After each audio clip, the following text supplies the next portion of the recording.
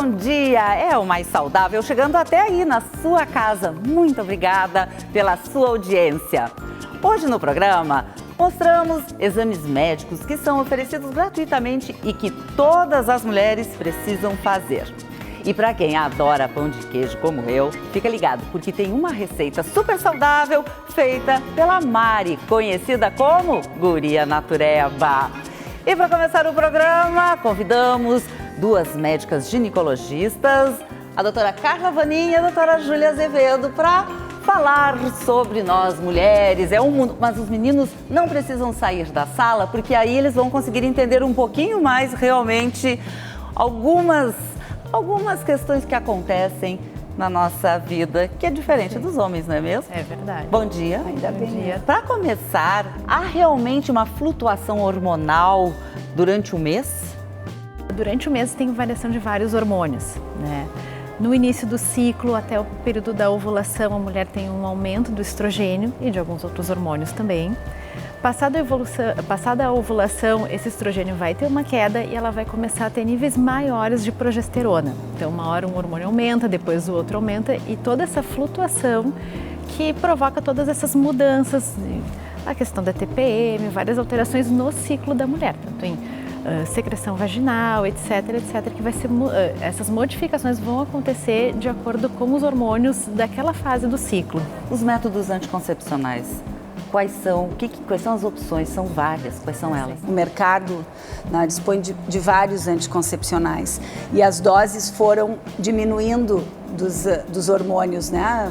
A pílula até é um medicamento novo, ela é da década de 60, né? Sim. Que as doses eram altíssimas, as mulheres usavam, e hoje em dia a gente tem doses inclusive muito baixas, e tem umas que são bem vinculadas à fase da mulher mais jovem, que é a fase da adolescência, só que não é a pílula ideal para adolescente. Por quê? Essa de dose mais baixa. Uma das coisas é o tempo de intervalo entre uma pílula e a outra. Então, quanto mais baixa a dose, se a gente não seguir, digamos assim, à risca, não digo de 24 em 24 horas, mas assim, um intervalo muito pequeno entre esta diferença, tu corres o risco, de repente, de um óvulo correr e esta menina ser fecundado, né? E além da pílula anticoncepcional, quais são os outros métodos? Existem alguns outros métodos que eles são um pouco parecidos com a pílula, mas eles têm algumas vantagens em relação a essa praticidade de lembrar todos os dias. Um deles é o adesivo, é um adesivo mais ou menos desse tamanho, que é usado semanalmente, então uma vez por semana ela troca o adesivo, o que equivaleria a uma semana da pílula. Existe também o anel vaginal, que é um anel de silicone, que ela coloca e introduz com o dedo, fica durante 3 semanas, depois fazendo uma pausa de 1 semana, que seria o período da menstruação. E tem também os métodos injetáveis, basicamente 2 opções, uma que é uma opção mensal, mais ou menos o mesmo hormônio do anticoncepcional oral, da pílula que a gente está acostumado, com essa facilidade que ela vai aplicar uma vez por mês, e existe o anticoncepcional trimestral. Existem algumas indicações em que a gente realmente vai optar pelo método em que a mulher não vai menstruar. Uma mulher, por exemplo, que tem uma anemia, que tem muito sangramento, uma opção para ela vai ser suprimir a menstruação. Não existe nenhuma indicação de menstruar, de fazer esse intervalo do anticoncepcional, tá? Isso, na verdade, é uma opção da mulher. Tem mulheres que se sentem muito mais seguras fazendo um intervalo, menstruando, e bom, já sei que eu não estou grávida, já que eu menstruei. Mas isso é uma questão mais de segurança dela com o método. Na verdade, não tem nenhuma situação que, olha, não pode ficar ao risco de alguma doença por abolir a menstruação. Isso não existe. E outros métodos? Sim, além disso, nós temos hoje em dia, são métodos que já existiam, mas que hoje a gente chama dos LARCs, que são os métodos de longa duração, e que há um tempo atrás não se usava inclusive na adolescência, e hoje em dia até se estimula este uso, que são os DIUs, tanto o DIU de cobre como o DIU com a progesterona, que é o endoceptivo com levonorgestrel, que é o que o nome comercial é o Mirena, né? Tem os implantes, né? Tem algumas diferenças entre eles. O DIU de cobre, hoje em dia, ele pode ser usado por 10 anos, sem necessidade de troca, e ele tem efeito de anticoncepção contraceptivo, um efeito bem bom. Qual a desvantagem em relação ao outro DIU? O outro DIU tem uma duração de 5 anos para a anticoncepção, Tá? E aí ele deve ser trocado, então, a metade do tempo, mas a diferença é que o DIU de cobre ele pode dar mais cólica menstrual e pode aumentar o período de sangramento. A mulher pode sangrar mais. Tá? O outro não. O Mirena, inclusive, é um endosceptivo que ele uma das indicações dele é para pacientes que têm um sangramento muito aumentado. Tá? Ele, off-label, ele tem uma indicação também para TPM, né? que o DIU de cobre não faz esse tipo de tratamento, que é o que já a pílula anticoncepcional faz. Na verdade, os dois DIUs são, depois da ligadura e da vasectomia, são os melhores métodos em termos de eficácia. E aí depois, na escala, o que vem? O implante também. Implante. A pílula anticoncepcional, na prática, ela tem muita falha pela questão da adesão. Tem que tomar todos os dias. Exatamente. Isso. Se ela tomar e vomitar depois, tem que tomar outra, não tem que tomar outra. Então, pois é, isso. Pois é, uma dúvida às vezes. Logo depois, ela deve tomar outra. E aí não vai faltar lá no fim do mês? Aí tem que comprar uma nova cartelinha? Mas aí é que tá. As falhas de uso no início da cartela são piores em termos de risco para gestar do que uma falha, porque as pílulas, tu tem pílulas contínuas, tu tem pílulas que tu usa, que a gente chama 21/7, que são 21 comprimidos com intervalo de 7 dias, e tem as 24/4, que são 24 comprimidos com um intervalo de 4 dias. Então, quanto mais próximo ao final da cartela, menor este risco. Quanto mais próximo ao início da cartela, maior esse risco. Dentro desses métodos, praticamente todos usam hormônios, com exceção do DIU de cobre. O resto tudo tem hormônio. Tudo que nós falamos aqui, todos eles têm um componente hormonal. Tem os métodos não hormonais, que são métodos mais comportamentais, de barreira. Por exemplo? Que é o condom, que é a camisinha. Né? Um diafragma. E aí o diafragma é seguro? O diafragma, ele tem por volta de 85% de eficácia e de segurança. Só que ele tem também um ritual. Tu tem que usar um tempo antes, tem que usar uma geleia espermaticida. E aí é o risco das pessoas, tu não pode deixar de usar geleia e tu não pode também retirar ele logo após uma relação. E a pílula do dia seguinte? Ela tem que ser usada como uma emergência, tá? Uma coisa muito importante, apesar de ela ter se popularizado com esse nome, pílula do dia seguinte, ela não deve ser usada no dia seguinte, ela deve ser usada no mesmo dia. Quanto mais precoce for o uso dela, maior é a eficácia. Então, assim, uma menina que, enfim, que não ficou sem anticoncepcional, não usou camisinha, tá na dúvida, tem que tomar. Né? Ela deve ser tomada sempre que tem um risco de gestação indesejada. Mas o importante é isso, não esperar. O quanto antes ela tomar, mais eficaz vai ser essa pílula pós-coital que a gente chama. E agora nós vamos acompanhar algumas mulheres que buscam no SESC atendimento para fazer exames preventivos. Oi, tudo bem? Pode entrar. Aqui é a nossa sala de mamografia, a gente realiza os exames durante manhã e tarde. É realizado durante 15 minutos a 20 cada exame. A sala de exames fica dentro desta carreta, localizada na unidade SESC Protásio Alves, em Porto Alegre. Existe também uma outra carreta que circula pelo estado. A gente recebe pacientes tanto do SUS, como pacientes que vêm diretamente marcar aqui com a gente no SESC. Mulheres de 25 a 64 anos de idade podem fazer sem nenhum custo o exame citopatológico de colo de útero.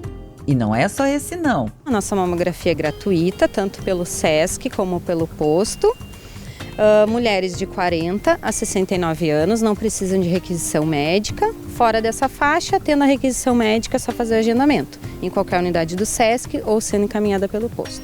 Maria da Silva, Maria Margarete, Maria de Fátima, Vera Lúcia estão aqui para fazerem seus exames de rotina e, de quebra, recebem orientações sobre os cuidados com a saúde da mama. A mulher tem que conhecer o corpo dela, ela tem que saber como é que é os seus seios, as suas mamas, se olhar no espelho para que, se um dia houver alguma alteração, ela perceba. Então vai na frente do espelho, olha com os braços agachados, levanta os braços e coloca a mão na cintura. Essas 3 posições são importantes para a gente ver se a mama não vai modificar o aspecto dela. O nódulo, claro, é o sintoma clássico, né? Dá pra sentir bem direitinho nesse aí, né? Claro que esse é um baita de um nódulo. Aqui, então, são alguns nódulozinhos que podem aparecer do lado de fora da mama também, né? Isso também pode ser um sinal. O nódulo, ele não precisa ser especificamente interno, já pode aparecer alguma coisa por fora também.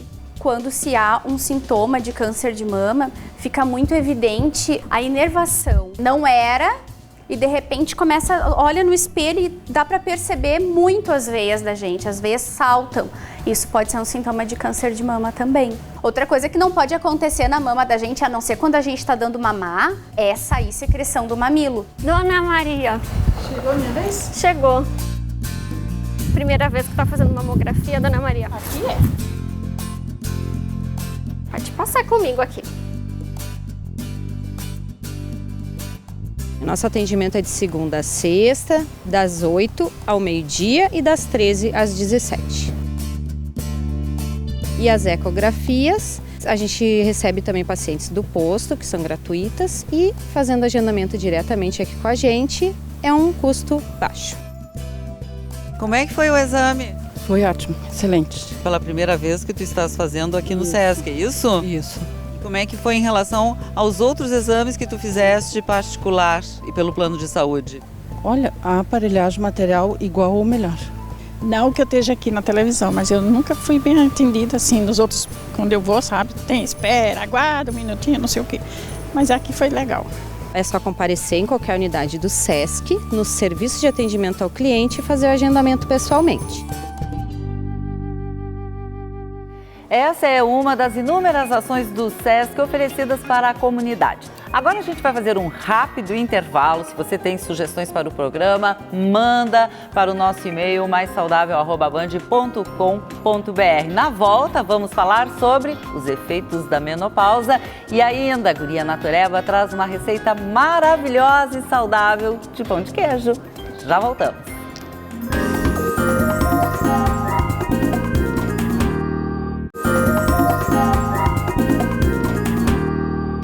Estamos de volta. Semana passada, o médico Vinícius Moraes, do Hospital Divina Providência, alertou que os sintomas do infarto vão além de uma dor no peito. Hoje ele volta para falar sobre os sinais, o que acontece, o que é a morte súbita. A morte súbita ela é um colapso do sistema cardiovascular que vai se apresentar como uma perda de consciência. Vamos traduzir isso. A pessoa sente um desconforto no peito, uma tontura, uma falta de ar e dentro de alguns minutos, ou rapidamente, ela perde a consciência e muitas vezes evolui com parada cardíaca. Se essa pessoa não for atendida, isso muito provavelmente evolui com morte. Os sintomas muitas vezes desse quadro vão ser cansaço, um cansaço muito forte, uma dor no peito. Os pacientes muitas vezes dizem que não é uma dor, é um desconforto, é um aperto, é uma ardência, um sufocamento na região do peito, né?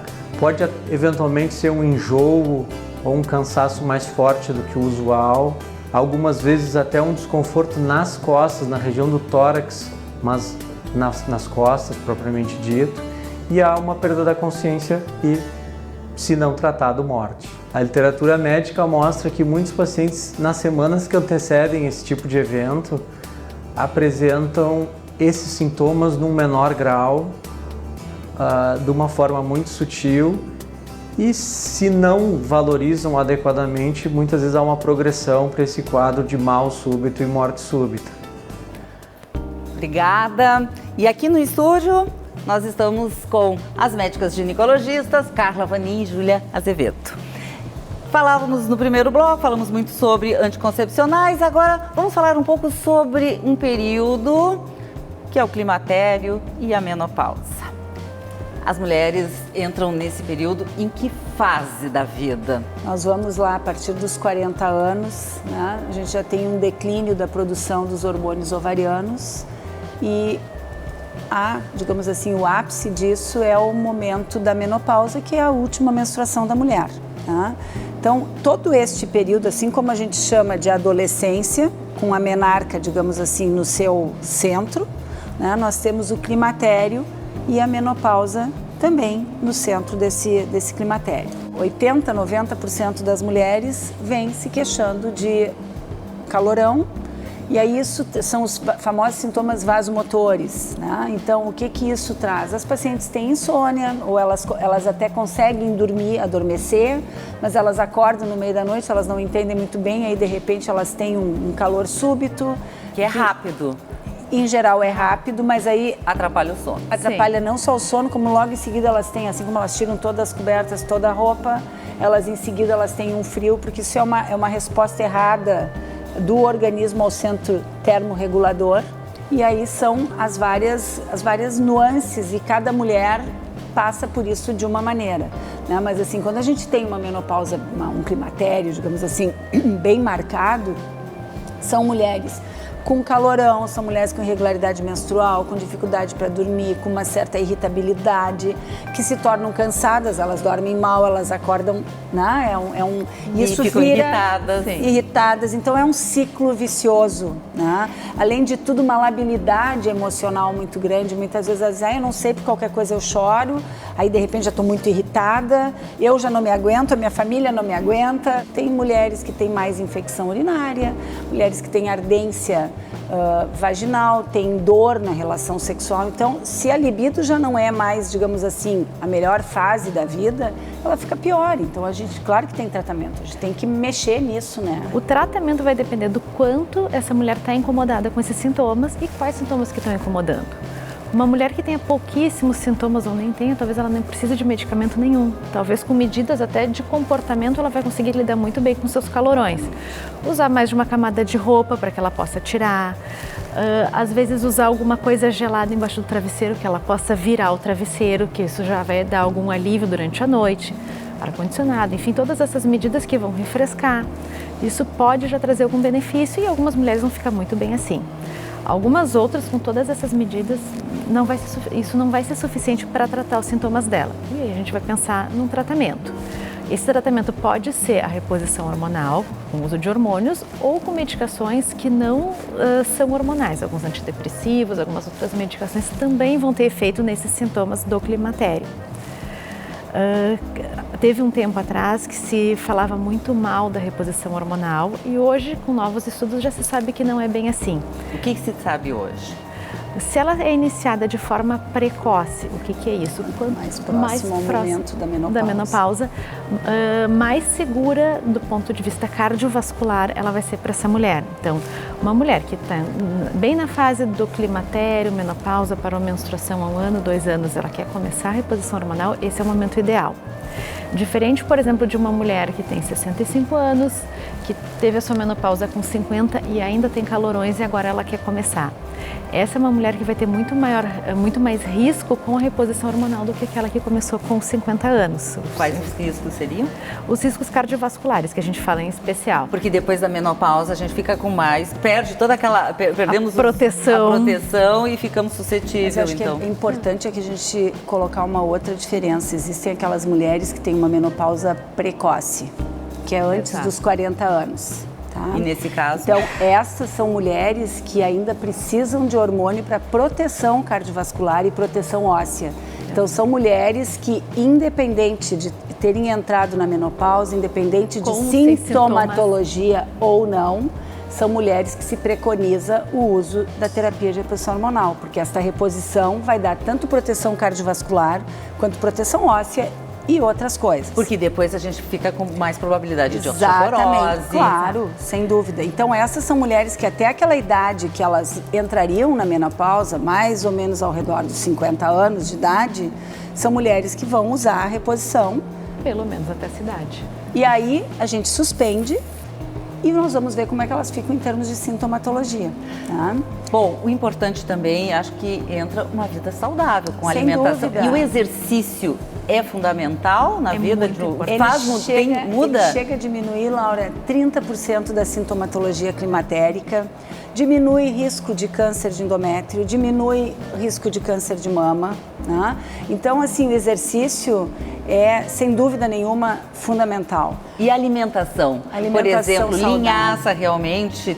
Quais são esses estudos Ou não há comprovação Não. científica, Não. porém... A gente sabe que a linhaça até se usa muito para melhorar, digamos assim, a lubrificação, a umidade das mucosas, né? Mas a gente não tem nenhum trabalho científico exatamente que nos dê um embasamento e que diga que a linhaça é a solução. Cuidado com o uso do álcool, não fumar. Né? Isso é um veneno. Um cigarro, ele já é deletério. Os pacientes dizem, mas eu fumo pouco. Não, o pouco já é muito. Tá? Então, esse estilo de vida mais saudável colabora para amenizar. O teu programa, né? Mais saudável. É isso mesmo. Uma vida mais saudável. E agora, então, muito obrigada pela participação de vocês e nós vamos conferir uma receita gostosa e, é claro, saudável para o lanche da tarde. Bom dia, pessoal! Eu sou a Mari e hoje resolvi mostrar uma receita para vocês e para a Laurinha de pão de queijo.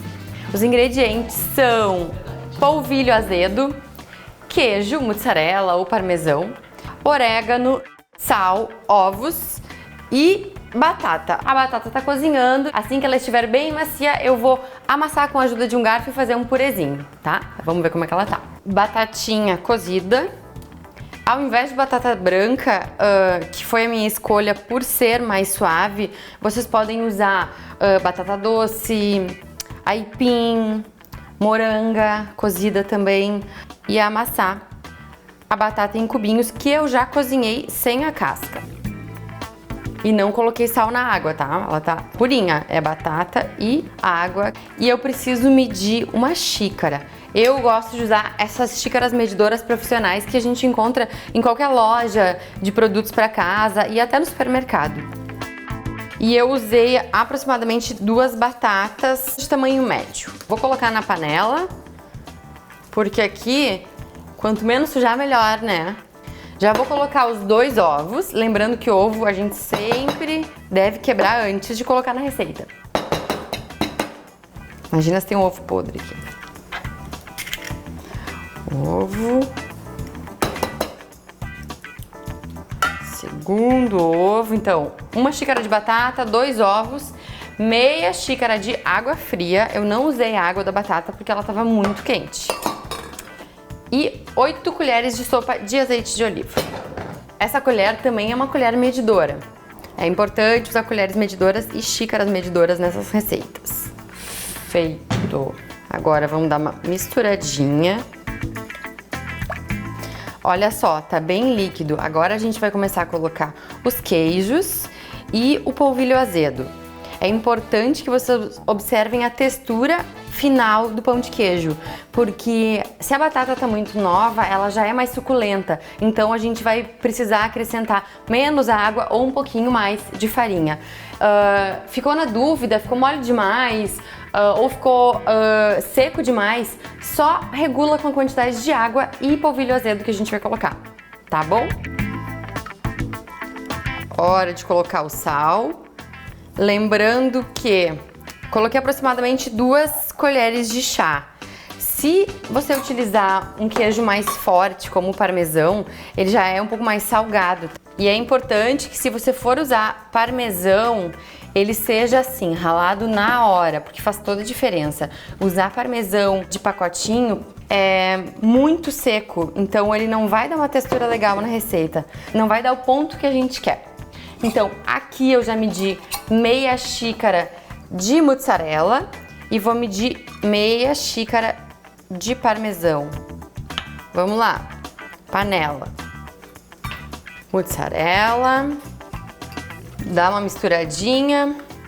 Lembrando que é sempre bom misturar todos os líquidos antes de colocar o polvilho, porque senão a mistura não fica homogênea. 2 colheres de sopa de orégano, dá uma esfregadinha na mão, assim ele fica mais aromático. 2 xícaras de polvilho azedo. Lembrando que eu falei para vocês para analisarem a textura. Ele precisa ficar firme, mas não muito seco. Olha só, peguei com uma colher aqui. Vamos ver se tá moldável. Olha, já tá bem moldável. Tá certinho o ponto, ó. Não tá grudando na minha mão. Tô conseguindo fazer a bolinha e já vou colocar numa forma. Meu forno tá pré-aquecido a 200 graus. E na sequência a gente já vai assar. Forma untada, nossa primeira bolinha. À medida que a massa for grudando na mão, é só lavar a mão, secar e começar de novo. Depois de uns 4, 5 começa a grudar um pouquinho, tá? Mas é normal. Essa receita renderam umas 18 unidades. Eu vou colocar algumas para assar já, pra gente experimentar. E quando eu congelo, eu faço o seguinte, eu coloco numa forminha, congelo eles separadamente e depois coloco tudo junto dentro de um saquinho, porque se eu congelar eles assim, morninhos do jeito que estão e crus, eles vão grudar e a gente não desgruda mais, tá? Então essa vai pro freezer e essa vai pro forno até dourar. Leva uns 30 a 40 minutos, forno a 180, 200 graus. Pão de queijo prontinho. Saiu do forno, eu adoro pão de queijo bem douradinho. Então ficou ali os 35, 40 minutinhos e agora é só comer. E aí, Laurinha, curtiu a receita?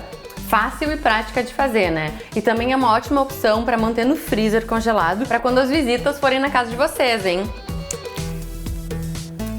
Quero ver todo mundo fazendo essa receita de pão de queijo no final de semana. Se fizerem, me mandem foto porque eu vou adorar ver.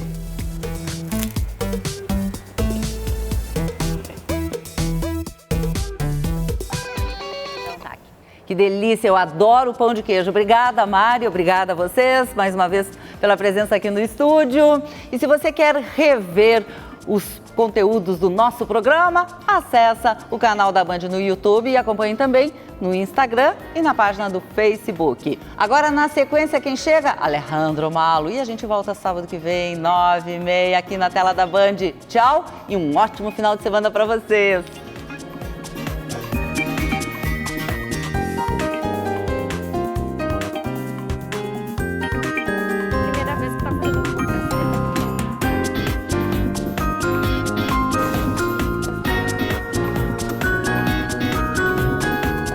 Quero ver todo mundo fazendo essa receita de pão de queijo no final de semana.